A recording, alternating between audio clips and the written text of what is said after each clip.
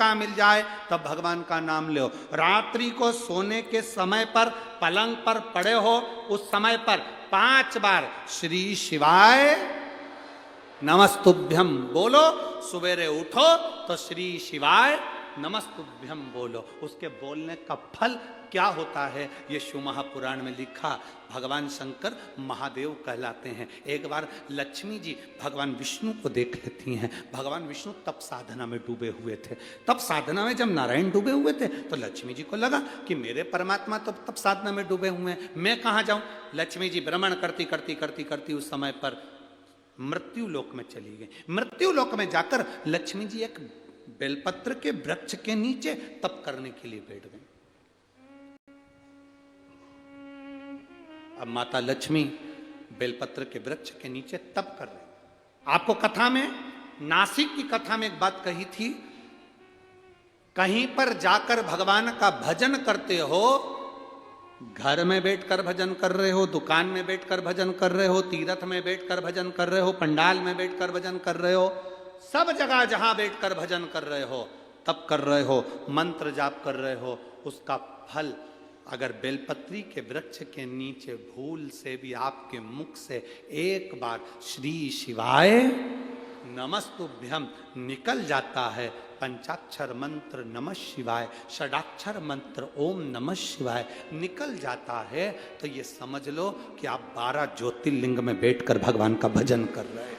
बेलपत्री की साक्षी में जब शिव महापुराण की कथा इतने लोग एक साथ बैठकर श्री शिवाय नमस्तुभ्यम कहते हैं तो 12 ज्योतिर्लिंग में जो जप करने का फल मिलता है, बद्री केदार में जो जप करने का फल मिलता है, द्वारका सोमनाथ में जो जप करने का फल मिलता है, रामेश्वर जगन्नाथ में जो जप करने का फल मिलता है, गंगा गोदावरी में स्नान करने का जो फल मिलता है, वो पंडाल में बैठकर श्री शिवाय नमस्तुभ्यम बोलकर फल प्राप्त होगा। लक्ष्मी जी जाकर बैठ गईं बेलपत्री के वृक्ष के नीचे, और माता लक्ष्मी जब बेलपत्र के वृक्ष के नीचे जाके बैठी, माता लक्ष्मी जब बेलपत्र के वृक्ष के नीचे बैठी तप करना प्रारंभ करा। अब तप लक्ष्मी जी को तो इतना स्मरण में नहीं था, उन्होंने केवल मंत्र का जाप करा, केवल मंत्र का जाप।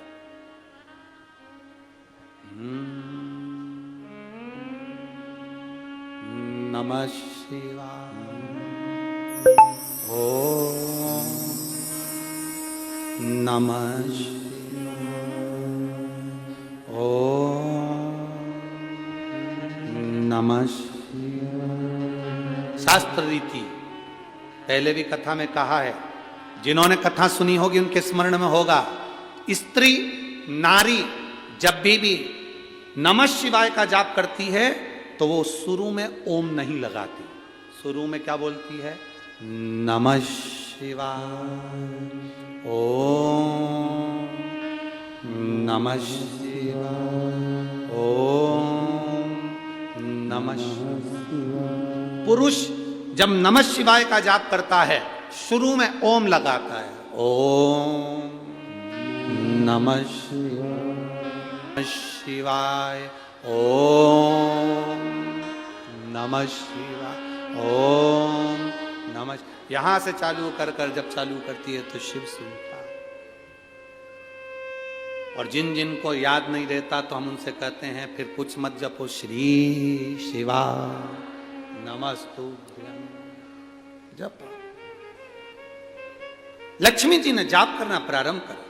अब माता लक्ष्मी ने जाप करना प्रारंभ करा, जपते जपते भगवान विष्णु के नेत्र खुल गए, नारायण के नेत्र। कुबेर का ध्यान गया माता लक्ष्मी पर।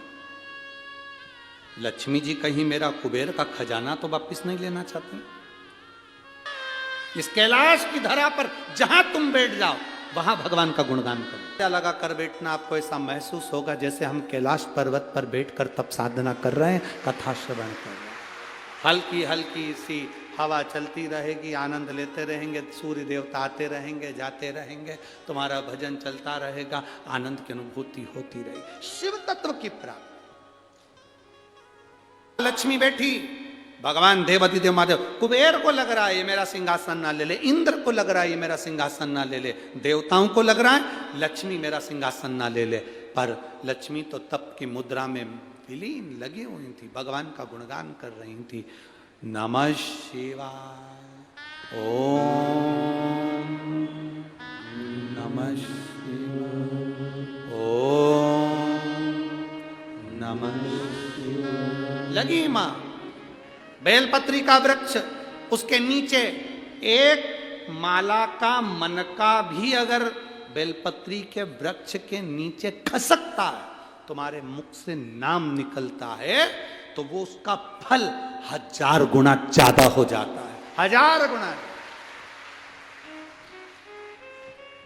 आप लोग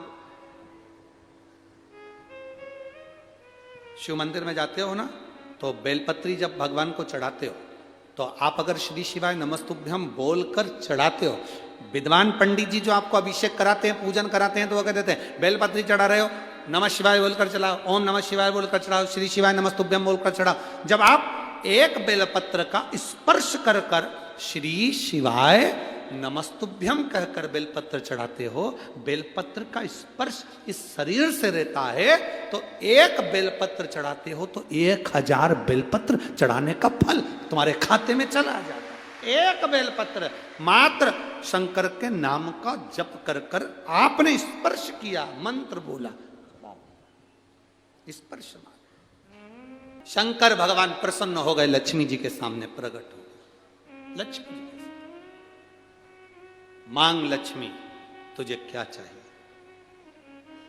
लक्ष्मी जी कहती हैं मैं तो मांगने के लिए तप ही ना करूं। कल कथा में कहा था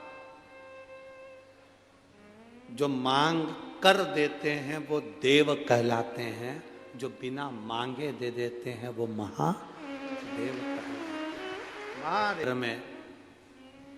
मंदिर में घर के सब हों घर के मंदिर में, सारे देवता, पर मेरा महादेव नहीं तो वो मंदिर नहीं कहलाता। मंदिर नहीं।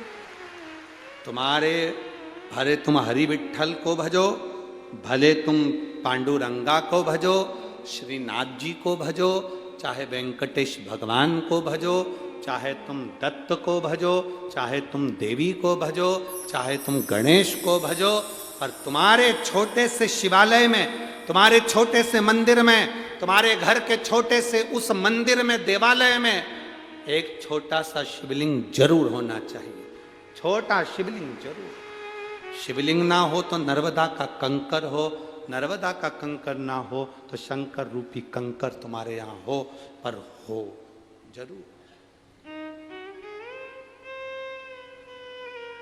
बिना शिव के देवालय खाली। लक्ष्मी जी से कह रहे हैं भगवान भोलेनाथ मांगो तुम्हें क्या चाहिए? लक्ष्मी जी का मांगना नहीं, मैं मांगने के लिए तप नहीं करी। क्यों करा तप? किस लिए करा तप? मैंने मांगने के लिए तप नहीं करा, तो फिर किस लिए? तो कहा बाबा मैं तो बस, मेरे पति तप साधना में लगे हुए थे, मेरे पति तप साधना में डूबे हुए थे।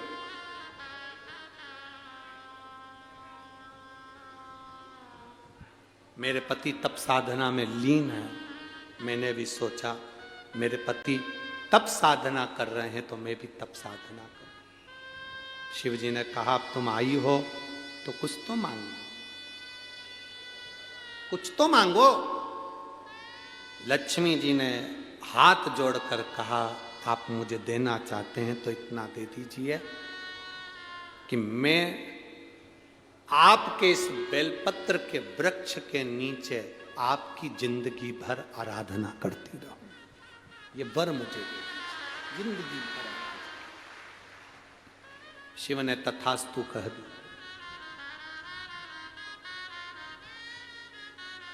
लक्ष्मी जी ने प्रणाम किया। शंकर भगवान का भी मन संतुष्ट नहीं हुआ। ऐसे कैसे छोड़ दूं? शंकर भगवान ने लक्ष्मी को देखकर कहा लक्ष्मी आज तक तू विष्णु पत्नी लक्ष्मी कहलाती थी, आज ये देव अधिदेव महादेव तूने कुछ नहीं मांगा, इसलिए मैं महादेव अपना महाशब्द तुझे देता हूं, अपना महाशब्द तुझे देता हूं। दुनिया के लोग मुझे महादेव कहते हैं, मेरा महाशब्द तुझे देता हूं। आज से तू विष्णु पत्नी लक्ष्मी नहीं, विष्णु पत्नी महालक्ष्मी कहलाए।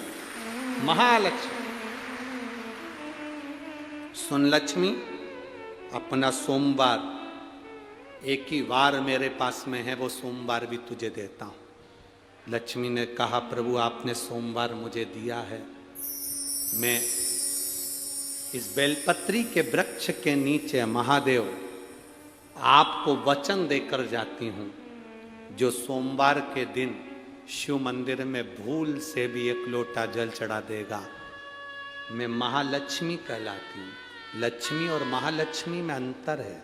लक्ष्मी घर में आती है, वापिस चली जाती है, पर महालक्ष्मी जिसके घर में आती है वो जिंदगी भर के लिए नहीं जाती।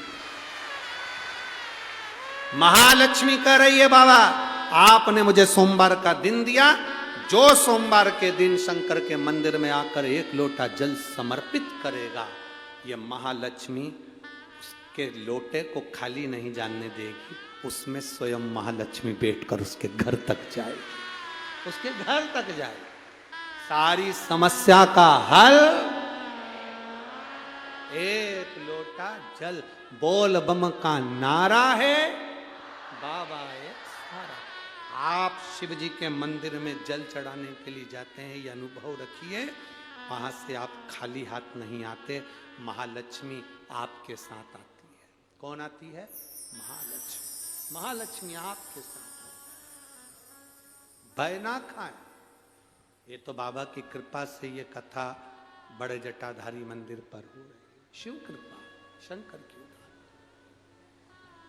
शिव की करुणा।